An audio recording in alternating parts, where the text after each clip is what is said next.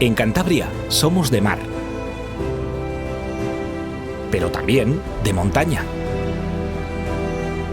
de compartir el deporte o de retarnos a nosotros mismos, de subirnos a todo tipo de cosas, pero siempre con cabeza y precisión.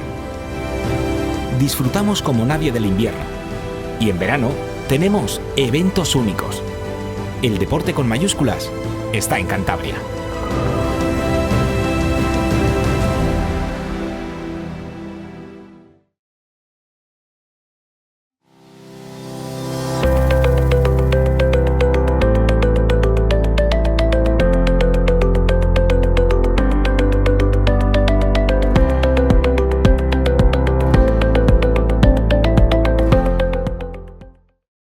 Parte Automóviles, tu concesionario oficial Volkswagen. Te esperamos donde siempre, en Torrelavega y ahora también en el Campón Peñacastillo, Santander.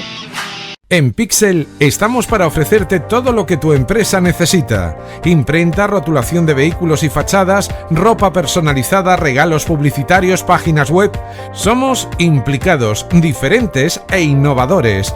Visítanos en www.pixelpublicidad.es. Pixel, servicio integral publicitario.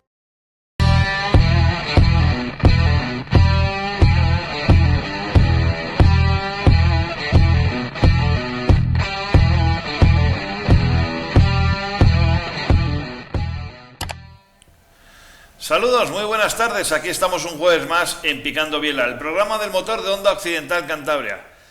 Parece que fue ayer cuando hacíamos el programa de la semana pasada, pero ya estamos aquí con uno nuevo. Y además uno nuevo que vamos a tener invitado de lujo, ¿eh? Una de esas personas que siempre te gusta hablar con ellas, que es buena gente, que es buen amigo, que es un grandísimo aficionado a los rallies, que lo cuenta como nadie.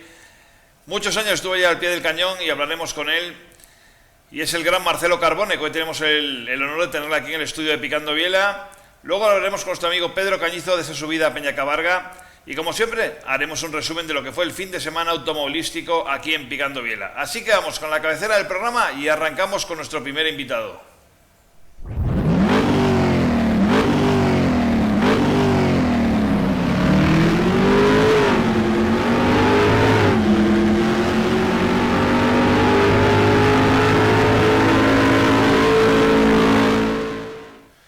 Muchas veces hemos oído eso de hablando de genio y figura hasta la sepultura. Pues este que tengo aquí os prometo que lo es, ¿eh?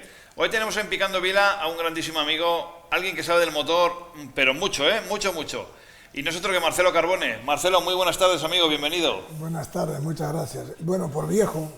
El zorro sabe por zorro, pero más sabe por viejo. No será por viejo o lo que sea, pero el zorro sabe mucho, ¿eh? Bueno, Marcelo, un placer tenerte aquí y agradecerte sobre todo que hayas venido aquí hasta los estudios de Cabezón de la Sala a acompañarnos en este programa de Picando Biela, que es un honor para nosotros.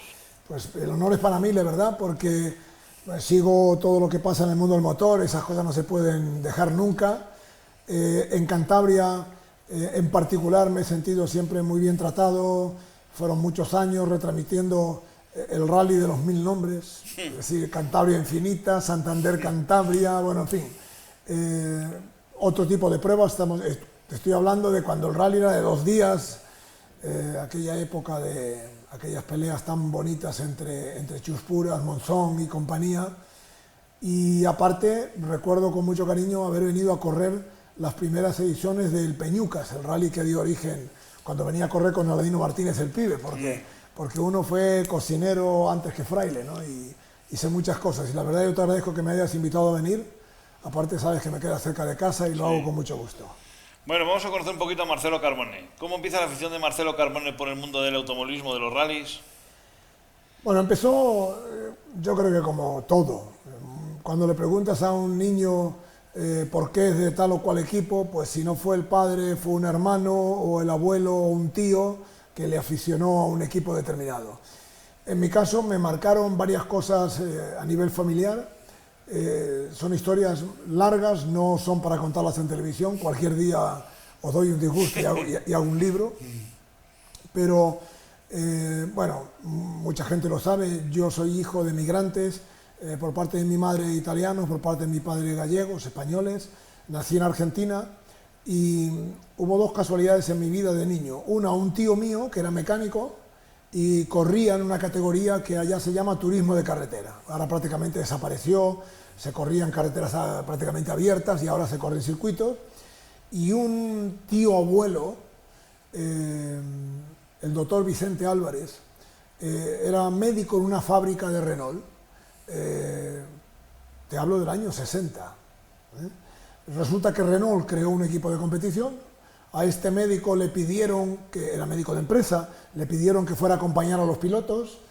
Los fue a acompañar y pues en una radio, en una revista, le pidieron que contara aquella experiencia. Y el hombre, aquel tío abuelo mío, Vicente, lo contó tan bien que empezó a meterse en aquel mundo, acabó siendo periodista del mundo del motor y gracias a él me llevaba al circuito de la ciudad de Buenos Aires y ahí conocí, hablo de los años 70, a Jackie Stewart, Emerson Fittipaldi, Niki Lauda, Denny Hulme, Ronnie Peterson, Andretti, una cantidad de pilotos, claro, que yo tenía 13, 14 años y aquello era un mundo muy diferente al mundo que hay ahora. No había en la Fórmula 1 ni en la Fórmula 2 ni en los Sport prototipos la parafernalia que hay ahora. Era todo mucho más sencillo, los pilotos eran mucho más accesibles y a partir de ahí me entró ese gusanillo y ya después fue un no parar y tuve la suerte de empezar como aficionado y acabar dedicándome profesionalmente en unos años muy importantes de mi vida a cubrir el Mundial de Rallys, el Mundial de Motos, algunas carreras de Fórmula 1, Campeonato de España de Rallys. En definitiva, me gusta todo lo que tenga motor, todo lo que vuela gasolina y a partir de ahí ya fue como una filosofía de vida. Los amigos, la familia, a ti te pasará igual, Mariano, es decir, te pones a mirar los amigos y básicamente son de un mundo en el que te has movido y yo tengo amigos que son como hermanos que son del mundo de las carreras. Pues sí, ¿no? Y tú empezabas y además tuviste la oportunidad de empezar con grandes pilotos que ahora oímos hablar de ellos y nos ponen los pelos de punta, ¿no? Toda esa gente. Pero al final yo creo que lo llevas dentro también un poquito porque siempre te hemos visto en pruebas del regional, en pruebas del nacional, en pruebas del mundial. Al final, digamos, no es que te especializas o te involucras en una categoría superior, sino que al final te gusta el automovilismo desde la base. Sí, bueno, de hecho también tiene que ver con mis orígenes. Mi tío, te comentaba que corría en turismo de carretera, era un mecánico, era un hombre muy humilde. También tiene que ver, es coherente con lo que te explicaba. Aquellos pilotos que yo conocí, reconozco que en la opinión que te voy a dar hay un punto de crítica, ¿no?, a la situación actual, pero aquellos pilotos que conocí que habían sido 2, 3, 4 veces campeones del mundo eran personas totalmente normales, súper accesibles, es decir, no había el divismo que hay ahora. También es verdad que no quiero esto circunscribirlo solo al mundo del motor. Esto pasa con el fútbol, pasa con el baloncesto, con muchos deportes, que las grandes estrellas, pues es muy difícil acercarse a ellos.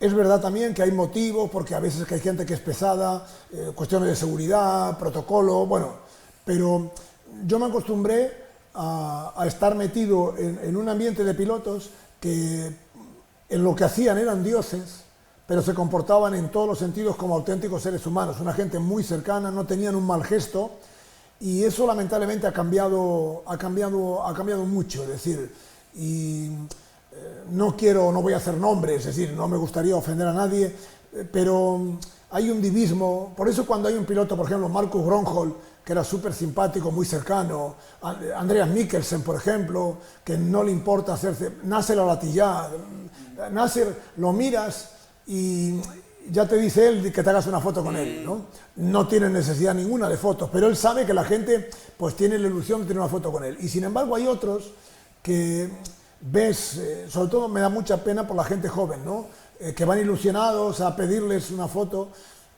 Odio sinceramente ver futbolistas millonarios que bajan de un autobús con unos cascos que valen una fortuna, que no miran para nadie, y hay gente que lleva horas esperando para hacerse una foto, para que le firmen un autógrafo. Yo creo que esto no es justo y ya digo, es una crítica general que hago y no, por supuesto, al mundo del motor. Por eso que, como mis orígenes fueron conocer gente importante, sencilla, y gente sencilla como mi tío, que para mí era importante, estaba rodeado de amigos, de mecánicos, se comían juntos, se ayudaban, se daban aceite, ruedas, tuercas, herramientas.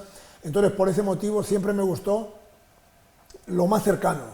Y también tengo que reconocer que eso me marcó tanto que cuando llegué a tener el privilegio de cubrir el Mundial de Rallys, siempre fui muy exigente con los pilotos en el sentido que esperaba de ellos que fueran cercanos con la gente y que le facilitaran el trabajo a los medios. Y es verdad que fui viendo con los años cómo esto realmente se complicaba. Y ya no te quiero contar los años, que fueron 12 años que hice el Campeonato del Mundo de Motos, lo hice en 2 épocas, del 89 al 92 y del 2000 al 2007-2008.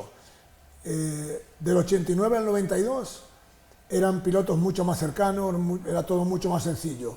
Del 2000 en adelante ya ibas a un circuito, había unos hospitalities impresionantes, unas autocaravanas, unos motorhomes. Para hacer una entrevista a un piloto había que hablar con el manager, con el jefe de prensa, con el director del equipo. Y entonces un poco te dabas cuenta de que se estaban poniendo como en una urna cuando lo importante es que sean realmente cercanos. Es un poco culpa de todos, pero a mí siempre me gustó estar a pie de cuneta y, como tú decías, ir a ver un rally del regional, a mí me daba tanto placer y me lo pasaba tan bien como si fueras a un rally del mundial. Me imagino que te cogías en la época de los Grupo B en el Mundial de Rallys, o ya no llegaste allí. No, antes. Los Grupo B se acabaron en el año 86 y yo ya iba al Mundial de Rallys antes. Casualidades de la vida, cuento una anécdota rápida para aquellos que no conocen casi nada de mi vida. Yo trabajé durante 3 años en Irak, en los países árabes, en el 83, 84 y 85. Trabajaba en una empresa española. Y mis vacaciones en aquella empresa yo las preparaba coincidiendo con rallies. Iba al rally de Portugal, no me lo podía perder, yo vivía en Galicia en aquella época y el rally de Portugal íbamos, era como un rally de casa. Iba al rally de Portugal, al rally de San Remo, a Finlandia. Y entonces, allá en Irak me hice socio de Telesport, una empresa que había de vídeos de Chema González, que fue piloto también, asturiano, y grababa rallies del Mundial, hablo de los años 83, 84. Y hacía una cinta de VHS, aquellas viejas, que me llegaba una vez al mes. Bueno, la cuestión es que aparezco en el Rally de Portugal de vacaciones y veo por ahí unas camisas de unas personas amarillas, no sé qué, Telesport. Y me acerqué y les dije, ya veo, sois de Telesport y tal, yo soy cliente vuestro. Y me dice, ¿cómo te llamas? Le dije, Marcelo Carbone. Y le dices, este es el de Irak. Y yo miré y le dije, oye, tan pocos clientes tienes que te sabes el nombre. Dice, hombre, muchos no tenemos, pero en Irak tenemos solamente uno. Entonces la anécdota hizo que conocí a Chema, nos pusimos a hablar, le ayudé porque yo conocía muy bien el Rally de Portugal, le dije, mira, hay un sitio bueno, tal. Y entonces empezamos a hablar, yo en aquella época ya hablaba algo de inglés al vivir en el extranjero, y me dijo, oye, ¿te gustaría venir a echarme una mano en otro rally? Porque necesito gente que me ayude y tal. Y dije, y como veo que controlas, y me dijo, ¿a dónde? Al Rally de Nueva Zelanda. Entonces, claro, ya en el año 84 ya fuimos al Rally de Nueva Zelanda y así empecé. Luego ya llegaron los Grupo B a partir del 85, 86, duraron muy poco. Y sí, viví aquella época, una época que estaba claro que no podía acabar bien, porque ya se había desnaturalizado lo que eran los rallies. Los rallies habían sido hasta ese momento habilidad, resistencia, paciencia, perseverancia, porque eran rallies de 6 días, 5 o 6 días, 40 tramos, 50 tramos. Cuando Carlos Sainz ganó en Grecia, por ejemplo, el último tramo era el tramo 48 y se llamaba Stiri, me acuerdo. Y entre medio estaba el mítico Tarzán, un tramo de 40 kilómetros lleno de agujeros, de piedras, de rocas. Claro, ahora vas a un rally, vas a Córcega, 12 tramos, es decir, 4 al día, en 3 días, no tiene nada que ver. Y entonces cuando nacieron los Grupos B, se vio que la potencia ya era desorbitada, los coches era muy difícil mantenerlos en la carretera, no había tampoco para tanta potencia ni los neumáticos que hay ahora, ni las ayudas a la conducción, a la frenada, a la dirección que hay ahora, y lamentablemente aquello acabó mal. Empezó mal en Portugal aquel año, en el mes de marzo, con aquel accidente de Joaquín Santos con el Ford RS200 de Diabolique, que murieron 4 o 5 personas, y luego ya la tragedia tremenda de Toivonen, ese mismo año, un 2 de mayo, me acuerdo, en el Rally de Córcega, donde yo también estaba, que ya vino a demostrar que se había entrado en una escalada terrible, porque el año anterior, en el 85, con un 0.37, se había matado a Tilio Bétega.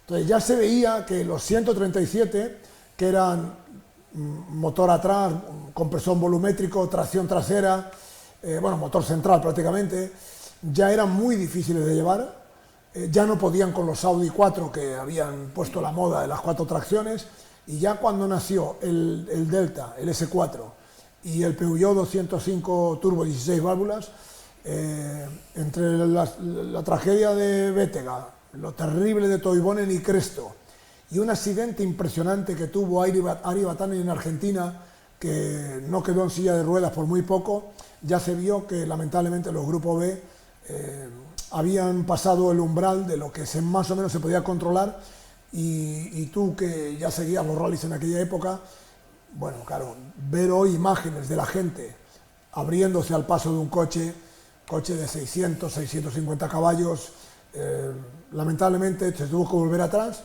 El paso atrás fue enorme, porque los Grupo A, era como comparar un avión a reacción con un dron, porque fue coche mucho más pequeño, mucha menos potencia, mucha menos rueda, pero bueno, se fue muy atrás y luego se fue mejorando hasta llegar a la época actual. Pero reconozco que la época de los Grupos B fue maravillosa, y la anterior a los Grupos B, la de los últimos Grupo A, Grupo 4, Grupo 5, también fue una época muy bonita. El 131 Abarth, a mí personalmente un coche que me encantaba por el coche y por los pilotos que lo llevaban, era el Nissan 240 RS, entre ellos Timo Salonen, que era un fenómeno, y un piloto británico que se llama Terry Cabby, que era un auténtico espectáculo. No hacía muy buenos tiempos, era más volantista que piloto, pero aquel coche, verlo atravesado, un coche muy largo, que era un barco, bueno, era espectacular. Reconozco que tuve el privilegio de ver esas épocas, ver esos coches, pero bueno, como todo, esos tiempos ya no volverán. La verdad que sí, ¿no? Porque aquí tenemos el Rally Festival Oznayo y ves esas auténticas máquinas que vienen aquí y te quedas impresionado. Así que verlos cuando realmente competían tenía que ser una época fantástica del mundo de los rallies. Sí, tuve con lo primero, tuve mucha relación con lo primero que se hizo en Cantabria, que fue el Rutas Cántabras. Sí. Por contactos míos en Italia, en aquella época puse en contacto a Martín Güemes con Beppe Volta, que era el que tenía Lancias, tanto los 037 como los S4, como el Integrale, y también, por supuesto, varios 131 Abarth y algún Stratos. Y tuve contacto con él, vino Sandro Munari, vino Marco Allen, vino Vicky Viación, y tengo que reconocer que ver aquellos coches y el ruido, que era auténtico, que era original, me gustaba, pero luego, claro, luego ya los ves en la carretera y son cosas que no, es imposible de transmitir. Esto es como el que vio cantar a Frank Sinatra en vivo. Sí, puedes escuchar el disco, puedes ver otro cantante que lo imite o que cante muy bien, pero claro, la emoción de escuchar a Frank Sinatra es irrepetible. Y ver correr aquellos coches en aquellos rallies de 5 o 6 días fue algo para mí mágico, y tengo que reconocer que fue, si tengo que elegir la mejor época que yo he vivido en el mundo de los rallies, fue aquella época entre el final de los grupos 4 o 5 y los principios de los grupos B. Fue una época realmente mágica. Otra época gloriosa dentro del campeonato del mundo de rallies fue la época de Carlos Sainz, de Richard Van, de Colin Marret, toda aquella gente. La verdad que eran rallies que iban al límite, al segundo, y súper competidos todos. Sí, Carlos Sainz cambió el curso de la historia en los rallies, pero no solamente en España. Por supuesto lo cambió en España, porque en España, sacando Zanini, que había sido el piloto a nivel internacional más destacado, Serviá había tenido alguna salida, Cañellas, que era buenísimo también, con aquellos famosos taxis de SEAT, hablo de los rallies de Monte Carlo del 74, 75, 76. En España no se seguía el Mundial de Rallies, ni siquiera el Campeonato de España de Rallies se seguía tanto, porque había grandes pilotos, pero no habíamos tenido ninguno que pudiera salir al exterior y no solamente compitiera de tú a tú, sino que encima les ganara. Y en lo que Carlos cambió el Mundial es que Carlos Sainz es una mezcla, claro, viendo la trayectoria que ha tenido, es una mezcla perfecta, pero es una mezcla perfecta de talento, pero también de determinación y de capacidad de trabajo.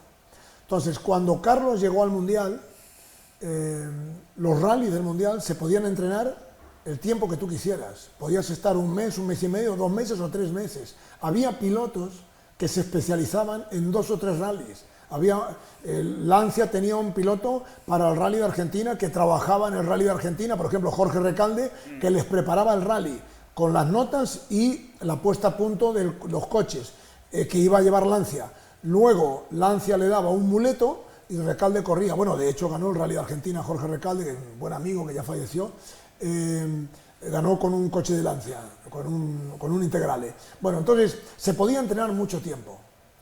Entonces Carlos empezó, como tenía la desventaja de que no conocía los rallies del Mundial, la única manera de conocerlos era entrenar mucho. Y entonces, claro, de pronto, desde el primer año en el que empezó a correr, competía con pilotos que llevaban 10 años. Porque antes de Colin McRae y Richard Vance, él competía con Salonen, con Cancunen, con Mícola, Blomsby todavía corría, fue compañero de él, Oriol era el que estaba más o menos al nivel de Carlos, me refiero, que llegaba en aquel momento, y luego ya fueron llegando muy jovencitos, Colin McRae, Richard Vance, Marcus Gronholm, Tommy McKinnon, que ya el último campeonato que perdió Carlos, los últimos campeonatos los ganó 4 seguidos Tommy McKinnon, que fue el que cortó la racha de Carlos Sainz. Incluso Oriol, que también ganó con Toyota un Mundial. Bueno, la cuestión es que Carlos, a base de talento y trabajo, se puso a la par de ellos. Y entonces, rallies que antes se decidían con diferencias de 1 minuto, minuto y medio, empezaron a decidirse por 15 segundos, 20 segundos, y de llegar al último tramo con 3-4 segundos entre Carlos Sainz y otro. Un día era Colin McRae, otro era McKinnon, otro día era Richard Vance, otro día era Oriol. Y eso hizo, primero, que otros pilotos tuvieran que ponerse las pilas y que hubiera mucha más emoción, porque claro, había que correr hasta el final. Y ya con Carlos se dejaron de tácticas y de estrategias, era salir a fondo desde el principio hasta el último tramo. Y eso fue una época grandiosa, porque permitió que en medios de comunicación que no le dedicaban ni una línea a los rallies del Mundial, empezaran a mandar enviados especiales. Como te decía, yo ya iba al Mundial, no a todo el Mundial. Por ejemplo, me viene a la memoria, fui 2 veces al Rally Olympus, que era un rally que se hacía en Estados Unidos, en el estadio de Washington, la capital es Portland, no, perdón, la capital es Seattle, Portland es de al lado, el de Oregón. Ese Rally Olympus se hizo 2 años nada más. Iban muy pocos pilotos, la mitad de los coches que corrían eran tipo furgonetas americanas que hacen bajas, porque no había suficiente. Si fueran coches de Mundial habría 25. Y ahí éramos 3 españoles, Chema González, el cámara, Ricardo Muñoz, el Rizos, el de autopista, y yo, que iba a ayudarle a Chema. Luego ese rally ya desapareció. Claro, de pronto íbamos 3 o 4 españoles, porque a Chema, a Ricardo, también iba Esteban Delgado, un gran fotógrafo, y algunas pruebas empezaba ahí Jorge Arce, un periodista que fue de la revista Auto 1 y tal, y yo, ya te digo, éramos 4 o 5. De pronto llegó Carlos Sainz, sobre todo cuando llegó al Montecarlo del 89, cuando fichó por Toyota, porque Carlos empezó en el 87 y en el 88 con el Ford Sierra, que hizo el 87 3 rallies, que os recordáis, en el 88 posiblemente 5. Pero en el 89, cuando fui yo por Toyota, hizo todo el campeonato. Claro, salía al Rally de Montecarlo, todavía en aquella época se hacía el recorrido de concentración y se salía en la etapa de salía de Barcelona. Claro, llegamos a Barcelona y pasamos de ser 5 o 6 a ser 25. Ya El País, El Mundo, el Diario 16, que todavía existía, algunas radios, el AS, el Marca, Mundo Deportivo, Sport. De pronto, las revistas especializadas, lógicamente, Autopista, de aquella existía Auto 1 y Motor 16 también, Auto Hebdo. Claro, de pronto pasamos de ser 5 o 6 a ser 14, 15 periodistas. Bueno, por supuesto la agencia F, y entonces dices, esto ya tiene otra pinta. Y eso me gustaba porque, claro, como tú decías antes, yo venía de los rallies a nivel regional, a nivel nacional, y que esto tuviera repercusión en España era bueno. También es verdad que creí que esto iba a ayudar a que la continuidad después de Carlos Sainz fuera más fácil. Y lamentablemente ahí la prueba está, ha sido muy difícil porque sacando a Dani Sordo, que costó mucho que llegara, hay chicos que tienen méritos que podrían estar en el Mundial, pero claro, esto se ha puesto con unos costes desorbitados y lamentablemente pues esa continuidad de tener un piloto arriba como Carlos pues no es fácil conseguirla. Y en la época aquella que sacó Citroën, los Sara Quizcar aquellos, que tú la viste, aquellas polémicas que hubo entre Carlos, Chus Puras y demás, ¿realmente sí que había alguien que se aprovechaba más de una mecánica que de otra o realmente también influía el pilotaje? No, vamos a ver, influyen muchas cosas. No solamente es una cuestión de pilotaje. Chus, por ejemplo, sería difícil encontrar a alguien que discutiera que Chus Puras fue uno de los grandes pilotos en asfalto. El que discuta eso, es que yo creo que eso porque no sabe o porque puede estar contaminado por la pasión por otro piloto. Ya hablé de Carlos, Carlos era un portento en todos los sentidos, pero en asfalto Chus le echaba carreras a los dos pilotos más rápidos que había en asfalto. Solo comparables a Chus Puras estaban Didier Oriol y Armin Schwarz. Lo que pasa es que Armin Schwarz era un kamikaze. Yo hablando con pilotos, en la época de Toyota, por ejemplo, que era compañero de Carlos Sainz, que el equipo era, primero fue Sainz Cancún en Valdegar y al año siguiente fue Sainz Cancún en Armin Schwarz. Bueno, decían que veían las trazadas en Córcega de Armin Schwarz y miraban para abajo, dice, este se mató, es decir, no se podían seguir la frenada, las trazadas de él, porque era un auténtico kamikaze. Así es verdad que tuvo muchos accidentes y fue un piloto que no llegó a explotar, porque, bueno, de hecho ganó el Rally Cataluña, aquel famoso, en el que a Carlos Sainz no le arrancó el coche, ganó ese rally, pero en el último tramo volcó en la tierra, es decir, él no sabía ir despacio, él iba a fuego y él corría contra el crono y contra él mismo. Entonces, Chus estaba a nivel de asfalto, a nivel de los 3-4 mejores pilotos del mundo. Por lo tanto, para Carlos Sainz, que era una figura ya consagrada, que llegara a un terreno donde Carlos era muy bueno, porque no olvidemos que Carlos venía también del asfalto. Carlos cuando llegó al Mundial tuvo que entrenar mucho los rallies de tierra porque él no tenía mucha experiencia en tierra, porque lamentablemente en España en aquellos años la tierra era un poco como un sucedáneo. Entonces Carlos en asfalto, para aquellos pilotos del Mundial, era casi imbatible. No había nadie que le pudiera echar carreras en asfalto a Carlos, únicamente y un poco Didier Oriol. Luego ya Carlos se mantuvo a gran nivel en el asfalto, pero progresó mucho en el tema de la tierra. Y entonces, claro, de pronto llega un español consagrado, campeón del mundo, y te llega otro españolito y te empieza a echar carreras y te empieza a ganar, pues lo encajó más. Yo creo que aquella actitud fue un error de Carlos, demostrar claramente que estaba incómodo y lanzar veladas acusaciones como de que había trampas y de que no competían en igualdad de condiciones. Se equivocó más todavía Juanjo Lacalle, el manager de Carlos, porque era el que andaba asusando a la prensa y diciendo cosas, cuando decir, oye, yo te gano en Córcega y sin embargo vamos a Grecia y con este coche yo no hago nada y tú me metes minutos. Entonces, yo creo que no fue bueno aquel pique. Lo que ocurre que ahí Chus tenía todas las de perder, porque estaba compitiendo contra un español, campeón del mundo, y él quería asomar la cabeza y tenía encima todas las de perder porque Chus era prácticamente de la edad de Carlos. Porque si Chus hubiera sido un piloto mucho más joven, se miraría de otra manera, porque el que está arriba siempre mira, bueno, está llegando, yo te ayudaré y tal, pero claro, de pronto llega Chus al Mundial y llega y se pone delante. Bueno, Chus perfectamente podría tener 3, 4 victorias en el Mundial, porque en Córcega pudo haber ganado un par de veces, en Cataluña pudo haber ganado un par de veces y siempre por algún pequeño problemita, un pinchazo, algún fallo, la caja, no pudo ganar. Pero fue una pena aquella polémica y yo soy de los que digo que Chus en asfalto era superior a Carlos, teniendo en cuenta también que Chus podía cometer el error de salirse porque no se jugaba el campeonato. Pero en aquella época Carlos tenía que puntuar.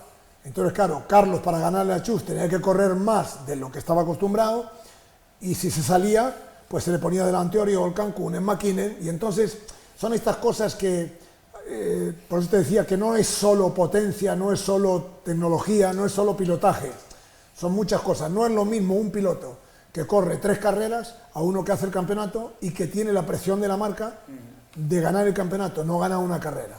Por eso Chus tenía esa libertad, y ya te digo, para mí Chus en asfalto era muy difícil de ganar. Y lo que tú dices, ¿no? Que al final es muy difícil asomar la cabeza ahí. Por ejemplo, mira lo que le ha costado al bueno de Dani Sordo. Y es que realmente a mí me duele mucho que hay gente que no valore a Dani Sordo en Cantabria, en España, ¿sabes? Creo que es un piloto que lleva 15 años en el Campeonato del Mundo. ¿Tú sabes lo que es eso? Que es muy complicado, es un piloto muy fiable, y la verdad que soy ido labrando día a día, porque yo creo que en una de las mejores épocas de Dani Sordo está ahora mismo. Sí, vamos a ver, yo de Dani hace ya muchos años que a la gente que no valora lo que ha hecho Dani, los resultados que ha tenido, Dani debe estar ahora mismo a punto de conseguir 50 podios, debe tener 48 o quizás 49. Bueno, sinceramente, tener un piloto de casa haciendo 50 podios en un campeonato del mundo. Entonces yo a la gente, cuando no valora esto, les digo, cuando te dicen, por ejemplo, para desmontar tus teorías, ¿no? Bueno, hombre, pero es que quedó quinto. Entonces yo les digo, vale, quedó quinto, muy bien. ¿De dónde? Del campeonato del mundo, vale. Un ejemplo, Racing de Santander. ¿Tú dónde lo prefieres? ¿Primero en segunda B o 14º en primera división? Hombre, 14º en primera división. Ah, ¿pero por qué? Porque es muy difícil estar en primera división. Porque no es fácil mantenerse en primera división. Bueno, pues Dani Sordo, aplícatelo. Y cuando hablo del Racing, podría ser el teca de balonmano o el teca de baloncesto. Es decir, no, el deporte que tú quieras. Es decir, al máximo nivel. Estar al máximo nivel. Como profesional, en una marca oficial, consiguiendo podios, ganando muchos tramos, ganando rallies. Bueno, no valorar eso yo creo que es estar o miope o ciego. Es verdad que Dani, con 2 o 3 pequeñas cosas que hubieran cambiado o que se hubieran gestionado de otra manera en su carrera, Dani posiblemente podría haber llegado a otro lado, ¿no? Son cosas, algún día escribiré un libro de las anécdotas que tengo. Normalmente no me gusta dar una opinión crítica de un piloto que está en activo, como es el caso de Dani, y que está en activo a muy alto nivel. Pero solo digo una cosa para aquellos que no quiero mandar mensajes para entendidos. Pongo un ejemplo, comparando por ejemplo a Dani Sordo y a Ogier. Dani le ha ganado carreras a Ogier, bueno, le ha ganado incluso tramos y carreras a Loeb, ¿vale? Que es un fenómeno. Actitud de Ogier. Lo quieren poner de segundo piloto y seguir órdenes de equipo en un equipo. Y Ogier dijo, pues no. Es decir, respeto, tengo un contrato, tengo que cumplirlo, pero me voy. Se fue, y tú lo recordarás perfectamente, se fue a correr a un campeonato de segundo nivel, referido al Mundial, cuando pasó a Volkswagen, ¿vale? Que corría el IRC famoso y tal. Volvió al Mundial y volvió a ganar. Entonces, quizás a Dani le faltó, en un momento en el que llegó al Mundial, demostró que podía, se consolidó, empezó a marcar scratch y empezó a echarle carreras a los buenos de la época, sobre todo al grande, que lo tenía en su propio equipo, porque en ese caso era fácil compararse, porque tenían la telemetría, la puesta a punto, los neumáticos, el mismo coche. Porque claro, compararte con otro piloto que lleva otro coche, hay pilotos que pasa igual en las motos, con la Yamaha van de cine, pasan a la Honda y no andan ni para atrás. Mira el ejemplo de Jorge Lorenzo, por ejemplo. O Rossi, con la Yamaha era un dios y fue a la Ducati y fue el peor año de su vida. Bueno, pero tenía todo en el mismo equipo, con los mismos neumáticos, el mismo jefe de equipo. Entonces, Dani, cuando se bajaba del coche y sabía el tiempo que había hecho, sabía perfectamente lo que le había costado hacer ese tiempo respecto a Loeb. Y posiblemente a él le faltó esa determinación de decir, tengo sitio en otros. Por ejemplo, Malcolm Wilson siempre quiso fichar a Dani. Es raro el año que Malcolm Wilson no intentó fichar a Dani. Y basta que Dani estuviera sin un equipo, digamos, corriendo el mundial entero, y en Ford Malcolm Wilson necesitó un piloto reserva y lo cogió para el Rally de Argentina, que estuvo Dani a punto de ganarlo. El primer rally que se montó en ese coche, que te acordarás que en la última etapa tuvo un problema de alternador, no le arrancó el coche y tal. Entonces, quizás a Dani le faltó dar ese paso para convencerse él mismo de que era un piloto ganador. No te voy a decir que Dani hubiera ganado 9 campeonatos como Loeb, ni 7 como Ogier, pero que Dani podría tener ahora mismo fácil 10 victorias en el Mundial, vamos, de eso no tengo ninguna duda. Y lamentablemente ahora está en un gran momento, pero claro, tienes a Tanak y tienes a Neuville. Y entonces está en un equipo que, como no puede tener 3 pilotos en todos los rallies, por una cuestión de costes y de intereses de marca, pues bueno, haciendo medio campeonato, claro, es imposible que Dani... La única forma que Dani tendría de ser campeón del mundo sería que cambiara un poco el planteamiento y hablara con el equipo y le dijera, muy bien, renuevo, pero de los primeros 6 rallies yo quiero correr 4. Y en función de los puntos que tenga, luego ya me vas eligiendo a mí, a Craig o al que sea. Pero claro, corriendo México, es decir, de los primeros 5 rallies corriendo 2, un compañero de equipo tuyo, basta que acabe quinto en todos los rallies, ya te lleva puntos. Por lo tanto, es una verdadera pena porque Dani, yo estoy convencido que así como fue campeón del mundo junior, podría haber sido campeón del mundo absoluto. Y termino con esto. También hay que valorar que Dani coincidió con 2 monstruos. Es decir, es muy difícil encontrar en la historia pilotos que hayan coincidido con fenómenos como Loeb y luego Ogier. Porque muchas veces te viene, bueno, McKinnon ganó 4 campeonatos seguidos. Bueno, luego Oriol, Colin McRae, Richard Vance, Marcus Grönholm, se los iban repartiendo. Pero claro, es que esto fue una auténtica dictadura, pero lamentablemente a Dani le tocó eso.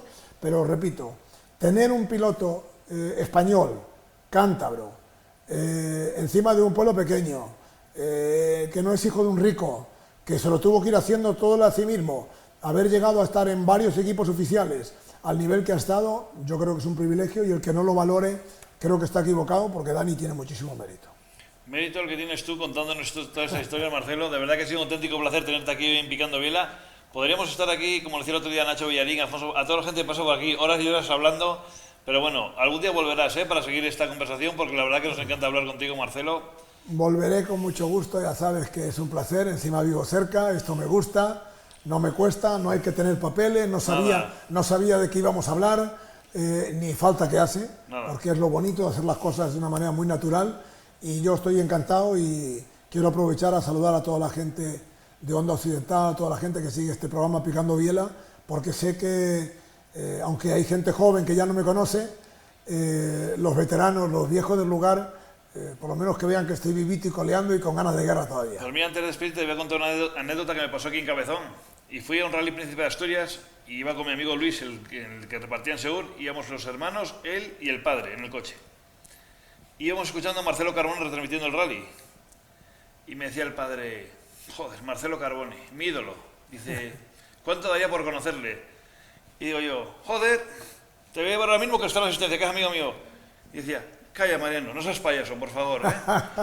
Y fuimos a conocerte de la asistencia, o sea, cosas que pasan en el mundo de los rallies, que realmente hablamos de los pilotos grandes del mundial, pero tú también has sido un grande en la prensa y siempre súper accesible. Te lo agradezco, pero claro, ¿cómo? Vamos a ver, si haces una cosa, es un poco lo que yo esperaba de los pilotos, una cosa que te gusta, que te estás dedicando a ella, que entretienes a gente, que encima hay gente que te aprecia, que lo valora y que te lo reconoce. Ser distante, ser frío, de verdad, pues sería del género bobo, ¿no? Es que era un lujo. Yo me acuerdo en aquellas asistencias en el mercado de ganado en La Pola, incluso cuando yo en aquellos años retransmitía el rally desde un helicóptero, hacía varios tramos de un helicóptero. Claro, y había gente que me seguía en el helicóptero y decía, vamos a ver a Carbone cuando baja del helicóptero. Y te hacías fotos con ellos y, vamos, que te hagan sentir como si tú fueras un piloto de un rally, Es que eso tiene que ser un privilegio, por eso sabes que eso lo tuve siempre por lo que conté al principio, vuelvo al inicio de la conversación, porque lo aprendí desde niño, conocí grandísimos pilotos, grandísimos campeones del mundo, sencillísimos, que los veías por la calle y no te creías, era como ver a Mick Jagger tomando un café y no me lo puedo creer. Bueno, pues veías a Jackie Stewart y con aquellas patillas y aquella gorra que llevaba de cuadros escoceses y hablaba contigo como si te conociera toda la vida. Pues eso me marcó y lo seguí haciendo siempre y lo sigo haciendo. Y por supuesto pido disculpas cuando en algún momento estás en un momento de tensión en una retransmisión y no has podido atender a alguien como te hubiera gustado, ¿no? Pero me encanta que cuentes esa anécdota porque, bueno, yo en esas cosas me he sentido siempre muy cómodo. Marcelo Carbone, amigo, un placer como siempre. Igualmente, y esta es tu casa. Y yo vendré aquí siempre que me llames, ya lo sabes. Cuando tú quieras. Ahí tenemos al gran Marcelo Carbone, seguro que os ha entretenido todo lo que nos cuenta, porque la verdad que a los que nos gusta el mundo de los rallies es una auténtica pasada hablar con gente así. Y ahora vamos a buscar un poquito de publicidad aquí en Picando Biela y vamos a hablar con otro buen amigo, Pedro Cañizo, que nos va a hablar de esa subida a Peñacabarga que se disputa este fin de semana aquí en Cantabria.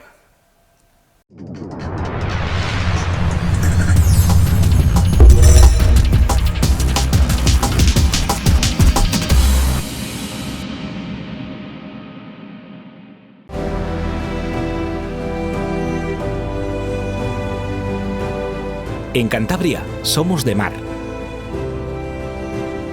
pero también de montaña, de compartir el deporte o de retarnos a nosotros mismos, de subirnos a todo tipo de cosas, pero siempre con cabeza y precisión. Disfrutamos como nadie del invierno y en verano tenemos eventos únicos. El deporte con mayúsculas está en Cantabria.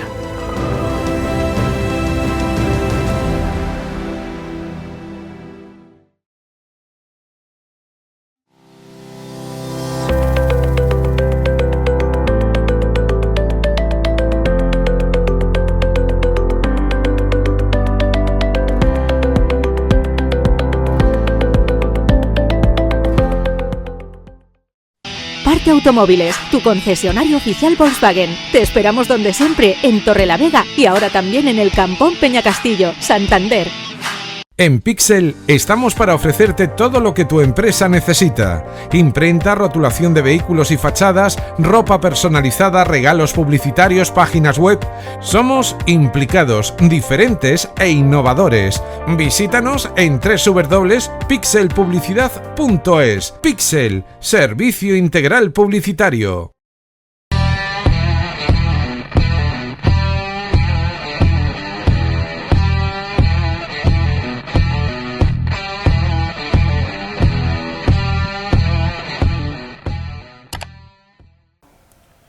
Bueno, pues como decía antes, les puedes pedir al bueno de Marcelo Carbone, una auténtica enciclopedia en el mundo de los rallies. Vamos a recibir un buen amigo, además compañero de Todo Motor, de los medios de comunicación, como es Pedro Cañizo. Pedro Cañizo, muy buenas tardes, bienvenido, amigo. Mariano, buenas tardes. Tenía ganas ya de hacerte una visita aquí por los estudios. Bueno, ya sabéis que aquí es vuestra casa, Onda Occidental y Todo Motor, siempre estamos ahí unidos, ¿eh? Ya lo creo.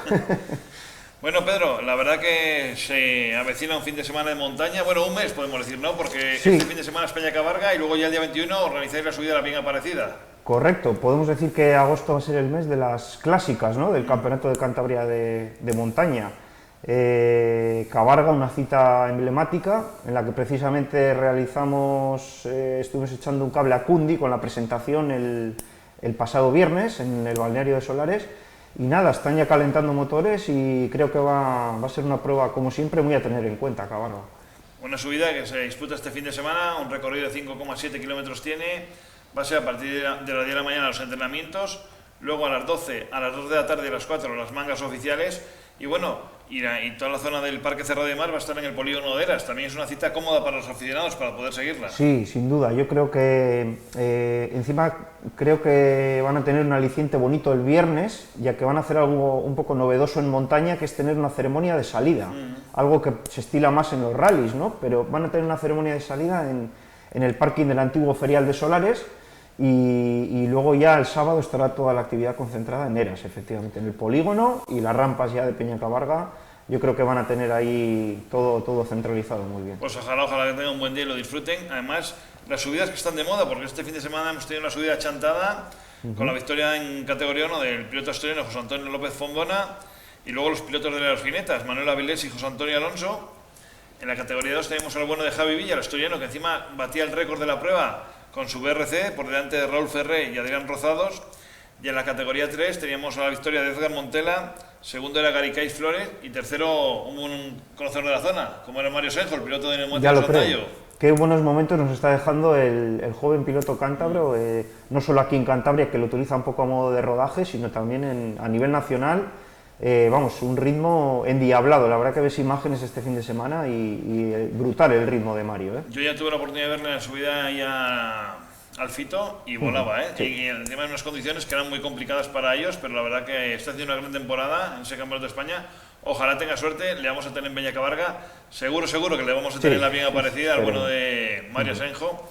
Y bueno, también este fin de semana tenemos más pruebas, tenemos el Rally de Tineo también, donde saltaba la sorpresa ya en el segundo tramo, porque se quedaba fuera el piloto que llegaba como líder, Alberto Ordóñez, el piloto del Polo, tenía una salida de carretera, y también en ese tramo pues sufría problemas Manolín Mora y Iván Bajo, que perdían casi 11 minutos, y en el sexto tramo decidían abandonar el rally. Y la victoria pues la llevó un Óscar Palacio, que me parece que ya suma la cuarta victoria en ese Rally de Tineo, y bueno, al final se quedó solo de los tres tenores.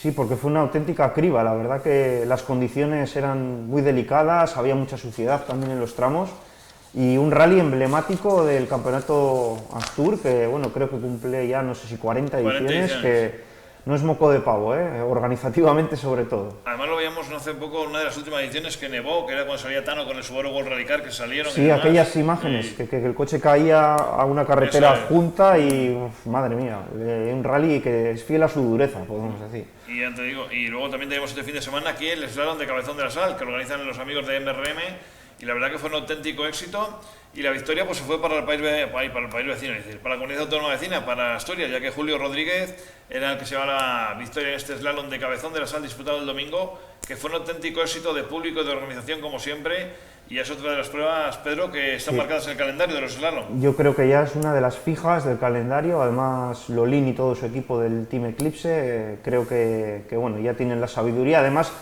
tiene la ventaja de conocer desde dentro como pilotos lo que es un slalom, las necesidades que requiere, y eso luego lo trasladan a nivel organizativo, y yo creo que ahí un 10, la verdad. Bueno, Pedro, la verdad que hablando un poquito de ti, llevas una temporada que no has parado, ¿no?, de retransmisiones, porque este año está siendo constante, ¿eh? Sí, porque debido al COVID empezaron los rallies un poco más tarde de lo habitual, y ¿qué pasa? Que se van encadenando rallies, rally sprint, montaña.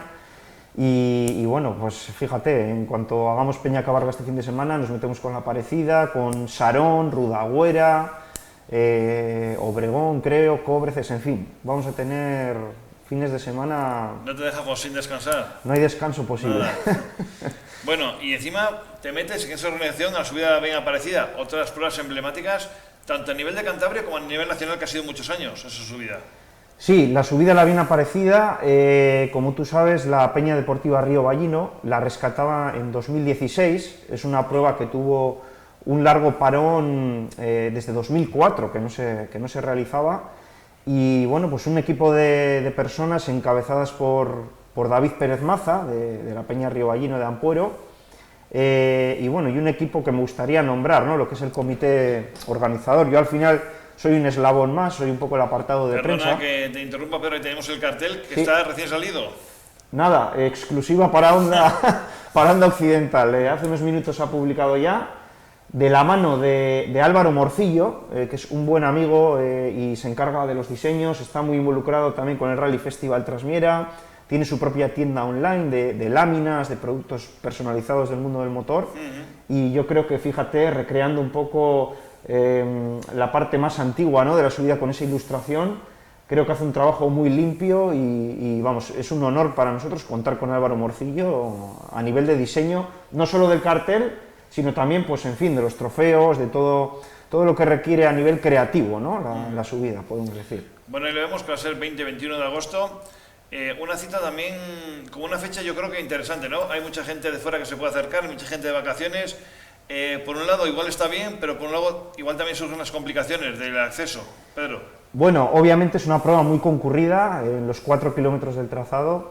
Es un recorrido que, como tú conoces bien, tienes o bien el acceso por abajo, por Ampuero en la salida, o por el santuario por la parte de Boto, de Bueras por detrás, y luego un pequeño acceso a mitad de subida, ¿no? Este año teníamos un poco de miedo pues, por el tema del tipo de subida. Son 4 kilómetros, son al final 3-4 curvas muy concretas, ¿no? Las 2 paellas, la curva de las estacas y demás, pero estamos trabajando en ese protocolo COVID. Mismamente esta semana hemos estado desbrozando todo lo que son las cunetas con un tractor, con un brazo muy largo, ¿no? Para tener limpio lo máximo posible y que la gente mantenga esa distancia interpersonal. Te comentaba a nivel organizativo que tenemos a David Pérez Maza, como es un poco el alma mater, ¿no? David de la prueba es el que nos envenenó a todos. Contamos con Javier López Alberdi, más conocido como Torete. Es el responsable de seguridad, que hace un trabajo impresionante todos los años, colocando todas esas bolas ya míticas de las cunetas, ¿no? Del recorrido, para delimitar y que no corten los vehículos. Tenemos a John Cavadas de Colindres, que también, vamos, es un todoterreno porque hace labores de todo tipo, y David Sarabia, copiloto de regularidad, es de Seña, y bueno, ya desde hace 2-3 años se está involucrando como el que más en la prueba. Es un poco a nivel de comité, luego ya pues te puedes imaginar, comisarios, gente concreta que nos ayuda el día de la prueba, pero que al final formamos un eslabón ahí que o apoyamos todos o no es posible sacar nada. Está claro, el otro día lo hablamos en el programa anterior de Picando Biela, que la labor de los comisarios realmente es importante y nunca lo queremos valorar, y estamos muy equivocados, ¿no? Es muy difícil encontrarlos. Hoy precisamente veíamos una publicación de nuestros amigos de Rudabuela que también piden gente de comisarios, y yo creo que todas las pruebas estáis igual, ¿no? Porque al final... Y lo que sí ves es que siempre son los mismos en una prueba y en otro, que os ayudéis entre todos, y eso también es lo bonito del automovilismo. Sí, de hecho muchas veces incluso se comparten, ¿no? Comisarios, pues yo qué sé, el Rally Festival Trasmiera nos puede pedir comisarios de la Vina Aparecida para cubrir ciertos tramos de su rally y demás, porque es una labor muy ingrata y bueno, al final tenemos la suerte de contar con un equipo de gente joven de Ampuero, aficionados que han mamado un poco la prueba y no quieren que se pierda. Y creo que hacen una labor muy buena, pero ya te digo que muchas veces cuesta reclutar, ¿no? a toda esa gente, pero la verdad que chapó ese trabajo. Volveremos a ver la subida puntual para el Campeonato de España, me imagino que esa es la intención, ¿no? Volver a darle la importancia que tenía. Tuvimos la preinscripción para el Campeonato de España en 2019, que fue la última edición antes de la pandemia. Al final estuvimos sopesando un poco el tema de costes, pros, contras, infraestructura y demás. Y creo que la Vina Aparecida tiene la suerte de, siendo una subida regional, contar ya de por sí con mucha gente del ámbito nacional, que aunque no puntúe para ese campeonato, oye, ellos acuden, gente incluso de fuera, vienen pilotos franceses que van a repetir este año, y creo que con el nivel de inscritos que tenemos, y nosotros como organización también, pues disponemos de unos medios, creas o no, ciertamente limitados, a nivel humano ya cuesta sacar a nivel de Campeonato de Cantabria, hemos decidido que nuestro camino va a ser un poco mantenernos como una subida de referencia en Cantabria y obviamente con esa participación foránea, pero sin ya irnos a cotas mayores, sobre todo a nivel de presupuesto. Te puedes imaginar, más si cabe todavía en estos tiempos, ¿no? Lo difícil que resulta sacar el presupuesto. Por supuesto, Pedro. Este programa también lo están siguiendo mucha gente de Galicia, a lo cual los saludamos y le mandamos un abrazo, de muchas partes de España. La gente que no conoce la Vina Aparecida, ¿cómo es esa subida, Pedro? Para que les puedas explicar un poquito. Bueno, la Vina Aparecida es una subida que podemos caracterizar de rápida, muy rápida desde que se hizo la remodelación, ¿no? De la carretera. Desde 2016, que la organiza la Peña Río Ballino, ya es el nuevo trazado, ¿no? Podemos decir. Es una subida muy rápida, de 4 kilómetros, pero a su vez muy técnica, porque en la zona inicial mantiene la esencia de las dos míticas paellas, ¿no? Y luego la mítica curva de las estacas, incluso tiene un repecho en zona de bajada. Es una subida en la que los vehículos potentes, los GTs, las monoplazas tienen cierta ventaja, ¿no? Podemos decir. Pero lo que sí que se hizo es delimitar todo el carril peatonal con pues, prácticamente 100 bolas de hierba que vamos, se envuelven ahí con su publicidad para evitar que los vehículos recorten y que sigan un poco el trazado original. Y eso también facilita mucho el trabajo a la hora de cualquier abandono, avería, rápidamente se puede apartar el vehículo. Sí, porque tenéis un espacio ahí delimitado. Y no hay que detener la prueba sigue adelante cada 30 segundos y eso nos facilita mucho las cosas también. Luego todo el tema de verificaciones y demás, ¿vuelve a ser como otros años o vais a modificar algo? Este año hay cambios, Mariano. Este año, sobre todo, el cambio más importante es que ya no se van a hacer las verificaciones técnicas en el colegio de Ampuero, sino que se va a centralizar todo en el ferial de Marrón, en el polígono industrial. Además de que bueno, estaban en obras en el colegio y demás, creemos más conveniente no tener las ubicaciones repartidas por Ampuero, porque teníamos las verificaciones administrativas antiguamente en la Casa de Cultura, las técnicas en el colegio, las asistencias en Marrón. Nos vamos a centrar todo en el polígono de Marrón, las administrativas serán en el polideportivo, en el interior del polideportivo, que está junto al campo de fútbol y demás. Las técnicas van a ser a escasos metros junto a Bravo Vipus y Tecnia, las míticas empresas que radican en el polígono. Y luego el parque cerrado nocturno va a ser también en el aparcamiento del polideportivo del campo de fútbol, es decir, todo en un radio. También el parking de remolques junto al restaurante Jarana. Simplificar, al fin y al cabo, Mariano, simplificar lo máximo, e incluso también de cara a la carrera, este año se va a suprimir las asistencias en la zona de presalida, es decir, desde el mítico cruce de las vías del tren hasta la misma salida, no habrá asistencias, o sea, ahí pueden los vehículos calentar un poquito y demás, con el pasadizo para el público, pero las asistencias van a estar fuera de ahí, van a estar repartidas los turismos en el polígono, los monoplazas, barquetas y demás en la carretera de la Panadería que va a dirección Angustina, y los carcross van a repetir, hemos desbrozado y limpiado, pues nosotros le llamamos la finca de Viesgo, ¿no? Que es una finca que nos cede Viesgo, la Electra de Viesgo, ubicada en la zona de presalida, pero específica para carcross. Y bueno, así vamos a poder un poco desahogar toda esa zona de presalida, que nos va a facilitar mucho. Sí, yo creo que el trabajo lo va a facilitar y sobre todo de cara al aficionado también mucho más cómodo, ¿no?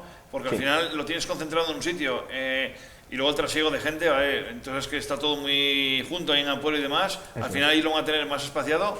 Claro, siempre que el público pueda acceder a ello, no sé cómo estará ese tema ahora mismo, claro, dependerá mucho de sanidad también, ¿verdad? Al final, los rallies, las subidas son un deporte al aire libre y como organización nosotros nos cuidaremos, ¿no? A nivel de verificaciones, de un poco los actos paralelos a la prueba, cumplir al máximo el protocolo. Obviamente ya luego en lo que es el trazado es apelar a la responsabilidad individual.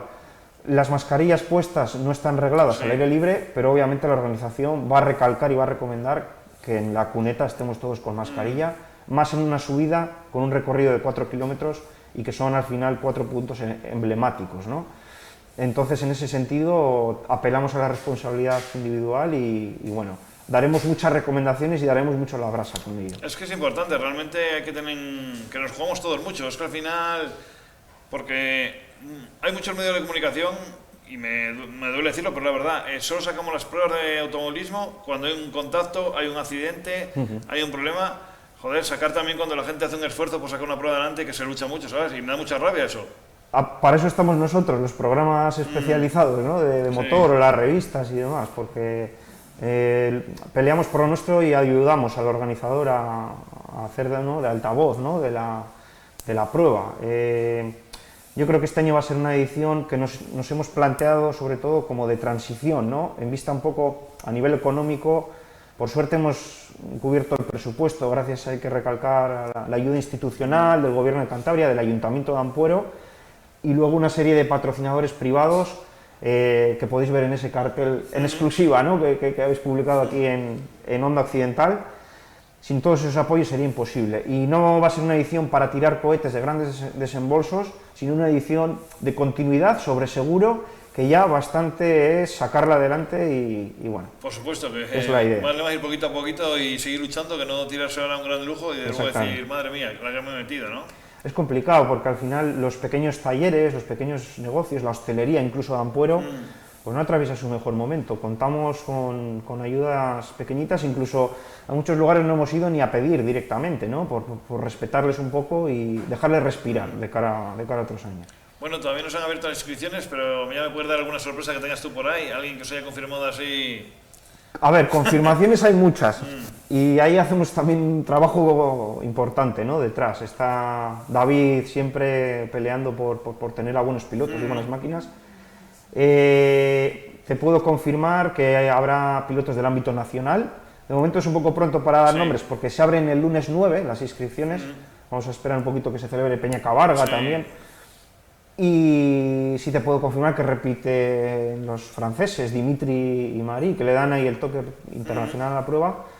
Y luego, bueno, pues creo que podremos ir anunciando inscritos de toda la geografía nacional y sobre todo de ámbito nacional, que creo que tienen citas en Lo que aquí. sí que he visto que a través de las redes sociales también lo estáis publicitando bien, ¿no? Todo lo que estáis haciendo, cómo van a ser las cosas. Sí. Yo creo que es importante también trabajar ese sentido. Sí, ese es mi campo sobre todo, ¿no? El tema de las redes sociales, los comunicados de prensa, la web y al final hoy en día, bueno, con la cantidad de seguidores que tienes, es el mejor canal al final, ¿no? Para que, sobre todo imagínate, las recomendaciones COVID o de cara a los pilotos, el plano de las ubicaciones, consejos y tal, al final las redes sociales es clave. Lo trabajamos mucho en ese aspecto. Me imagino que en esa prueba estarán Alfonso Palencia y Pedro Cañizo.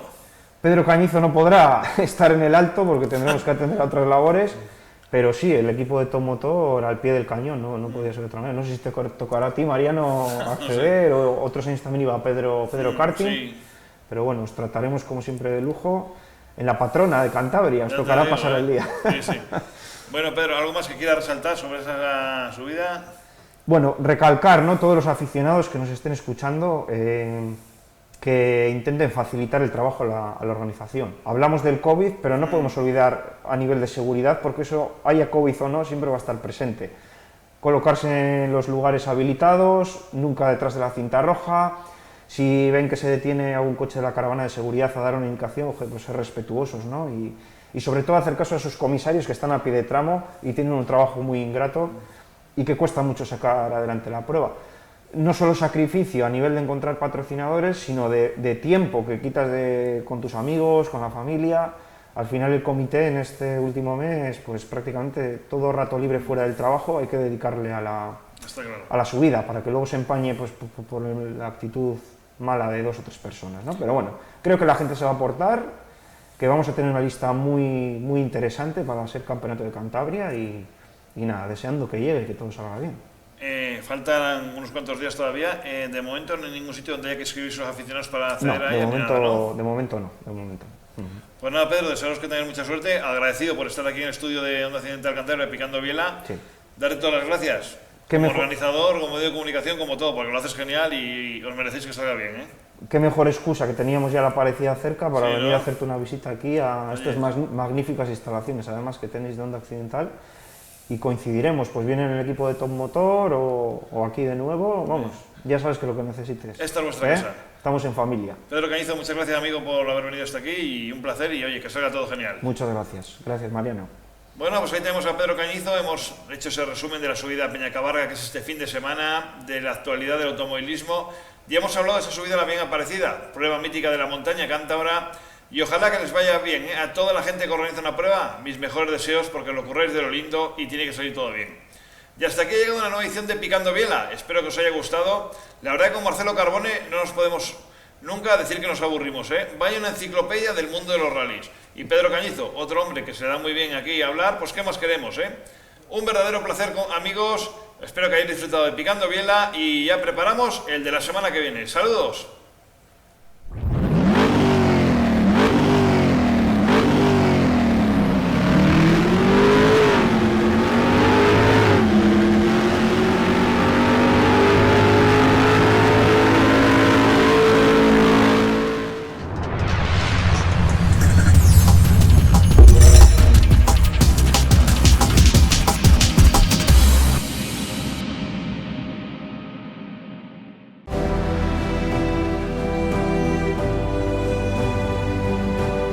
En Cantabria somos de mar, pero también de montaña, de compartir el deporte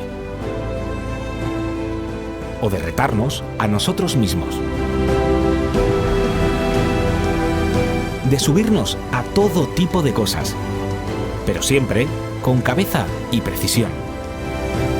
Disfrutamos como nadie del invierno y en verano tenemos eventos únicos. El deporte con mayúsculas está en Cantabria.